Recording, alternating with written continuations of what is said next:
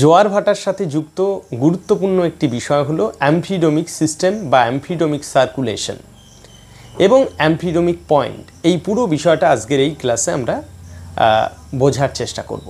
দেখো, আমরা জানি যে যখন জোয়ার হয় তখন সমুদ্রের জলতল বেড়ে যায়, যাকে হাই টাইড বলে। আবার যখন ভাটা হয় তখন স্বাভাবিকভাবেই জলতল নেমে আসে, যাকে লো টাইড বা ভাটা বলি।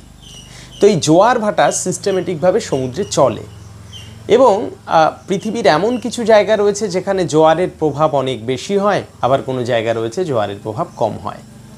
সমুদ্রের এমন কিছু স্পট বা অঞ্চল যেখানে জোয়ার এবং ভাটা সেই অর্থে উল্লেখযোগ্যভাবে কোনো প্রভাব ফেলে না, অর্থাৎ সমুদ্রের জলতল প্রায় একই সমতলে থাকে। সেই অর্থে উল্লেখযোগ্যভাবে উচ্চতা বাড়ে না জোয়ারের সময়, আবার ভাটার সময় কমেও না। এই জোনগুলোকেই বলা হয় অ্যামফিডোমিক পয়েন্ট। তো সমুদ্রে এরকম একাধিক অ্যামফিডোমিক পয়েন্ট রয়েছে। এগুলো জেনারেট করার পিছনে যেমন সমুদ্রের গভীরতা, সমুদ্রের অবস্থান এবং সেই সঙ্গে শেপ, সমুদ্রের উপকূলীয় শেপ এবং ওভারঅল যে কারণটা মূলত দায়ী সেটা হলো কোরিওলিস এফেক্ট বা কোরিওলিস প্রভাব। এবং এই কোরিওলিস এফেক্টের কারণেই দেখা যায় এই অ্যামফিডোমিক পয়েন্টকে কেন্দ্র করে তার চারিদিকে একটা চক্রাকার স্রোত আবর্ত তৈরি হয়, যেটা প্রত্যক্ষভাবে জোয়ার ভাটার সাথে গভীরভাবে যুক্ত থাকে। তো এই যে সার্কুলেশনটা, অর্থাৎ অ্যামফিডোমিক পয়েন্টকে ঘিরে যখন একটা স্রোত চক্র সার্কুলেট করে অ্যামফিডোমিক পয়েন্টকে, তাকেই বলা হয় অ্যামফিডোমিক সার্কুলেশন বা অ্যামফিডোমিক সিস্টেম। এবং এটির মূল কারণ হলো কোরিওলিস এফেক্ট। আমরা জানি যে পৃথিবীর ওপরে যা কিছু চলমান, যেমন জল, বায়ু, সব কিছুর ওপরই কোরিওলিস এফেক্ট কার্যকর হয়। এবং মনে রাখতে হবে এই অ্যামফিডোমিক পয়েন্টের চারিদিকে যে চক্রাকার আবর্তটা, সেটাকে অনেকে কেলভিন ওয়েভ হিসাবে বা কেলভিন কারেন্ট হিসাবেও হাইলাইট করে থাকে।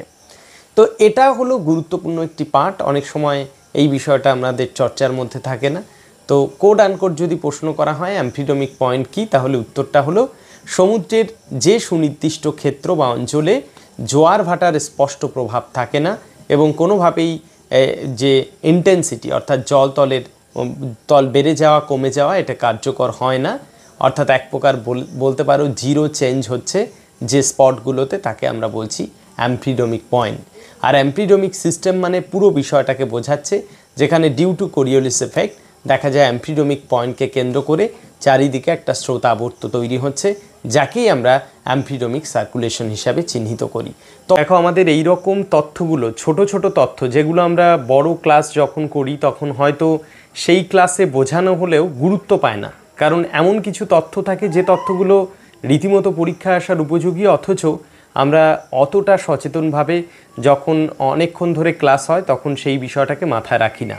তো সেই রকম তথ্যবহুল বিষয়গুলোকে আমরা স্টাডি ম্যাটেরিয়াল যে সেকশন রয়েছে আমাদের ক্লাসরুমে, সেই সেকশনের মধ্যে ছোট ছোট ভিডিওর আকারে পরপর সাজাচ্ছি। তো সেগুলোকে তোমরা পরপর দেখবে, কারণ এই তথ্যগুলো একটু অন্য রকম।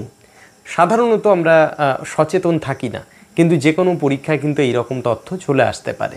তো তোমরা সবাই যে পার্টগুলো পরপর এখানে সাজানো রয়েছে সেইগুলো পরপর দেখবে। অবশ্যই এটা গুরুত্বপূর্ণ একটি পার্ট হিসাবে গণ্য হবে আমাদের ক্লাসরুমের।